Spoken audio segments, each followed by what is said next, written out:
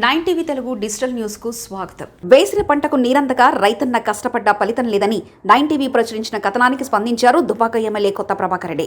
దుబ్బాక నియోజకవర్గం రైతులకు పంట పొలాలకు కాలువలు త్వరగా పూర్తి చేయాలని అధికారులతో పర్యవేక్షిస్తూ గురువారం రోజున దుబ్బాక మున్సిపల్ పరిధిలోని మల్లాయపల్లి, కమర్పల్లి కెనాల్ పనులను త్వరగా పూర్తి చేయాలని మెగా కాంట్రాక్టుతో మాట్లాడిన అనంతరం పోతారంలో ఇరిగేషన్ అధికారులతో సమీక్షా సమావేశాలను నిర్వహించిన దుబ్బాక శాసనసభ్యులు కొత్త ప్రభాకర్ రెడ్డి మాట్లాడుతూ మల్లన సాగర్ ద్వారా వచ్చే నీరు ఈ కాలువల ద్వారా మల్లేపల్లి, కమర్పల్లి వివిధ గ్రామాల 8 చెరువులు నింపాల్సిన అవసరం ఉందని, రైతన్నలు సుమారు 30,000 ఎకరాలు వరి సాగు చేసుకుంటున్నారని, కాలువలు పూర్తి చేయాలని, భూగర్భ జలాలు ఎండిపోకుండా చూడాలని, రైతన్నలను ఆదుకోవాలని ఈ సందర్భంగా ప్రభుత్వాన్ని కోరారు.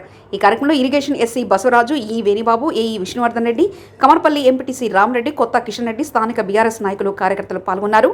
ఆయా గ్రామాల రైతులు భారీగా పాల్గొన్నారు. దుబ్బాక నియోజకవర్గం, సిద్దిపేట నియోజకవర్గం, మరి ఇక్కడ నుంచి నేరుగా సిరిసిల్ల నియోజకవర్గం పోయేది మెయిన్ కెనాలు.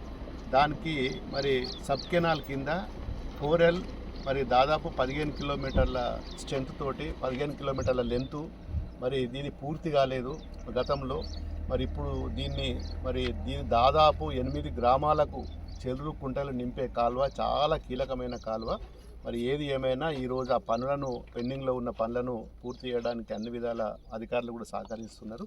మరి దాన్ని త్వరలోనే మరి పూర్తి చేసి దాదాపు 30,000 హెక్టార్లకు, 30,000 ఎకరాలకు మరి నీరు అందించి దాదాపు 8 గ్రామాలకు సంబంధించిన 18-20 చెర్లు నింపి ఈ గ్రామాలలో పూర్తిగా రైతులు మరి వరి నాట్లు వేసుకున్నారు. మరి చాలా ఇబ్బందులలో ఉన్నారు. మరి వాళ్ళందరూ కూడా రైతులు మరి ఇక్కడికి సైట్ మీదకి వచ్చి మరి మాకు నీళ్ళు వస్తలేవు కావాలని చెప్పి మరి వాళ్ళందరూ అభ్యర్థన పెడుతున్నారు. ఖచ్చితంగా ఇది 15-20 రోజుల లోపల కమ్మరిపల్లి వరకు నీళ్ళు ఇచ్చే బాధ్యత మరి ప్రభుత్వం తీసుకోవాలని చెప్పి నేను ప్రభుత్వాన్ని కూడా కోరుతున్నా. మరి ఏదేమైనా ఈరోజు ఇరిగేషన్ కానీ మరి మెగా కాంట్రాక్టర్లు కానీ మరి సహకరించి ఈ ప్రాంత ప్రజలకు దారి తీర్చాలి, తాగునీరుకు నీరు అందించాలని చెప్పి కోరుకుంటున్నాను.